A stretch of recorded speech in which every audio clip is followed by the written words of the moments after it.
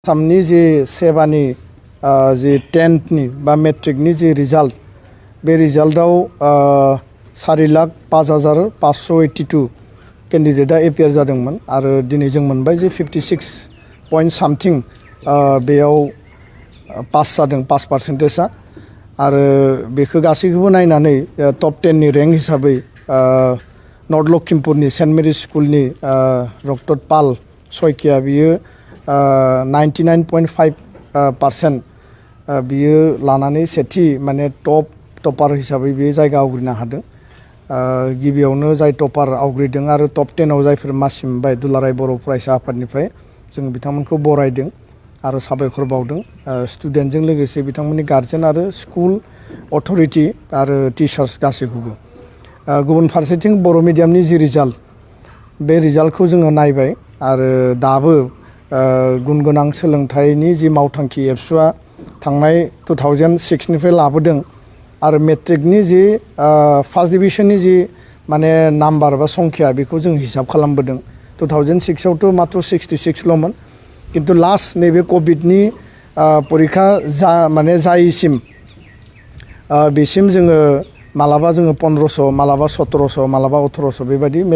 बर' मिडियामनि first डिभिजननि जि number बेखौ जों मोनदों आरो पार्सेन्ट हिसाबै हाइस्ट जों 96%सिम जोंनि स्टुडेन्टआ एचिभ खालामनाय मोनदों आरो गेजेराव टपार हिसाबै बिबुंसार बसुमतारिया बरपेटा इउएन एकाडेमिनिफ्राय मासि आवग्रिनो हादोंमोन आरो देग्लायबो जोंहा मोनसे हप आरो आसा दङमोन। आं दाख्लैबावैबो सेबानि चेयारमेन आरसिजेनजों रायलायदों जे जोंनियाव माबाफोर मोजां खबर बेबायदि दङ नामा। दा बिथाङा बुंदों जे सम फैबा मिथिगोन होननानै जिहेतु बे मोनसे कनफिडेन्सियेल मेटार। दा दिनै जोङो नुबाय जे टप 10आव बर' मिडियामनिफ्राय जायगा आवग्रिनो हायाखै बा गुबुन मिडियामाव फरायनाय बर' बेबायदि टाइटेलनि रावबो फरायसा फरायसुलि बेबायदि जोङो नुनो मोनाखिसै। फारसेथिं जोङो गासै मार्कशिटफोरखौ दायो कालेक्ट खालामगासिनो दङ नायदों आरो बेयाव जों नुबाय जे खैराबारि इउएन एकाडेमिनि मनदिप बर' बिनि पार्सेन्टआ 97 आरो कुमारिकाटा इउएन एकाडेमिनि जोंहा सासे दीपक बर' सासे फरायसा बिनियाबो पार्सेन्टआ 97 माने 582 टटेल मार्क्स मोननो हादों। टप 10नि लवेस्टखौ जों नायबाय बिनि टटेल मार्क्सआ जाबाय 588 आरो बिनि पार्सेन्टआ जाबाय 98। दा लवेस्टआ 98 टपारनिया आरो बर' मिडियामनिफ्राय दासिम जोंनियाव मार्कशिट फैनाय बायदिब्ला हाइस्टआ जाबाय 97%। 1%नि डिफारेन्सआव सानै जोंनि बर' केन्डिडेट बर' माने बिजोंनिफ्राय इउएन एकाडेमियाव फरायनाय बिसोरो डिप्राइभ जादों बा बन्सित जादों जों बेखौ थोंजोङै बुंगोन। गोबां समाव जों सावरायो जे जोंनि फरायसा फरायसुलिनि मार्क्स माने जि बियो मानो बाराया आरो जोंनि केन्डिडेटफ्रा लिरनायाव माबाफोर आंखाल जायो नामा बा बिसोरा मायबा बेबायदि मोजाङै एन्सार खालामनायाव उसुबिदा जायो नामा। फारसेथिं टिचारफोरनि इभालुएसनखौबो जों नायदों जे इभालुएसन प्रसेसा माबायदि जायो मोजाङै जादोंना जायाखै बा जोंनि टिचार्सफ्रा नांगौ बायदि मार्क्स होनो हायाखै। बे बाथ्राखौ लानानै जेब्ला जों सेबानि चेयारमेन बिनि सेक्रेटारि आरो बे सेबानि टिमजों जेला रायलायो बिथांमोना बुङो जे बर' मिडियामनि रिजाल्टआ मोजां जानांगौबा बर' टिचार्सफ्रानो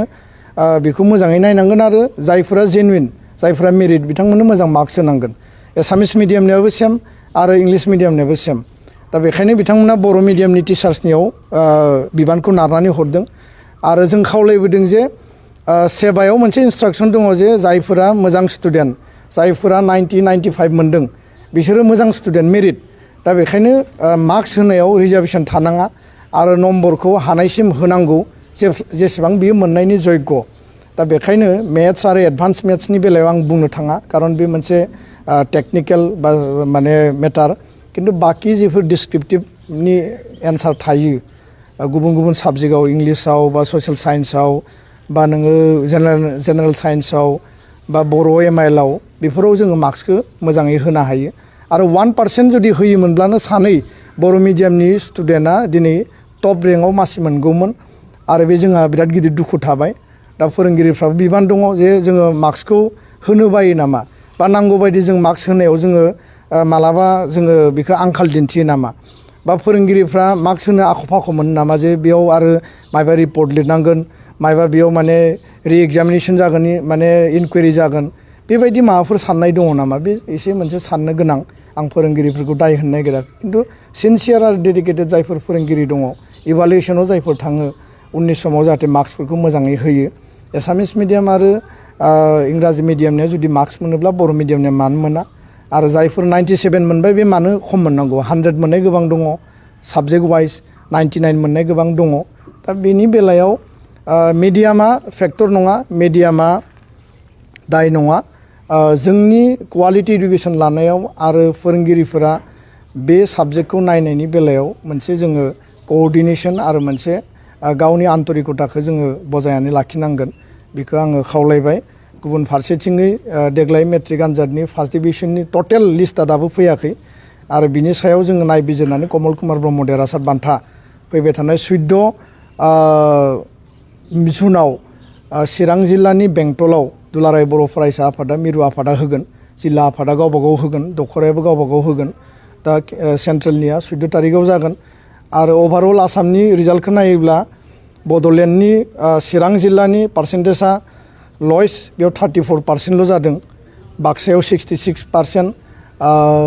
क'क्राझाराव 47 आरो ओरै माने नोङो मा होनना बुङो उदालगुरियाव 46 आरो अल अभार आसामावबो दङ बर' मिडियाम खिन्थु गुबुन मिडियामनिया बारा दा बेखायनो बड'लेण्डआव बर' मिडियामनि स्कुला बारा माने नाम्बार अफ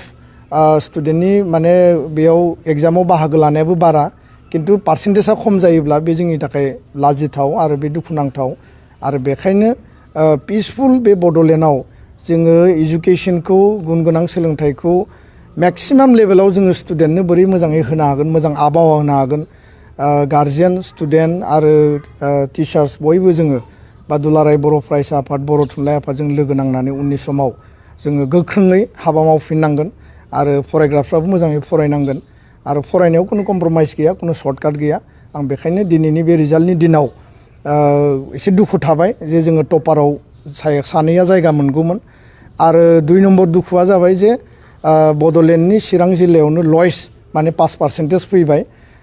बे माखासे थाबाय आरो बाखि जिखिनि दङ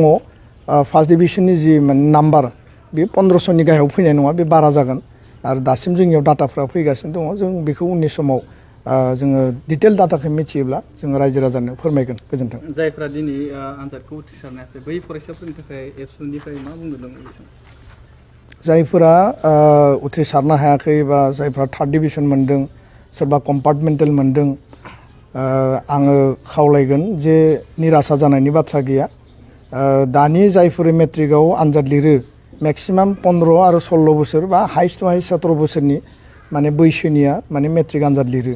सिगाङावथ' 18, 19, 20 बोसोरावसो मेट्रिक आनजाद होयोमोन दा बैसोआ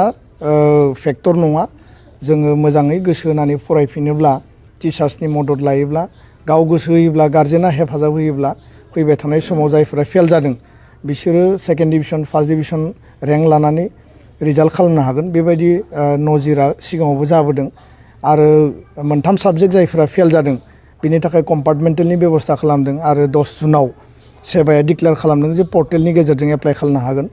आरो जायफोरा रि-इभालुएसन रि-एग्जामिनेसननि थाखाय सोरहाबा सन्देह दङ मोनबावनांगौमोन बिनि थाखायबो बिसोरो पर्टेल मोनसे आराम्भ खालामगोन आरो जायफोरा फेल जाथारबाय बिथांमोना एसे धैर्य हमनानै आरो गोसोआव मोनसे दाद थांखि लानानै फैगोन बोसोराव आनजादाव बाहागो ला आरो बिनि उनाव बिथांमोननि रिजाल्टआ मोजां जागोन दा बेखायनो आं साफ्रोमबो जोंनि फरायसा फरायसुलि गोबाङानो निराशा जायो गोबाङानो गावखौ फोजोबना लानायनिबो माखासे माने बेबायदि एग्जाम्पल जों सिगांनि समाव नुबोदों बेबायदि कुनु बाथ्रा गैया गोसोखौ हमथा आरो नेक्स्टनि थाखाय रेडि जा होमबानो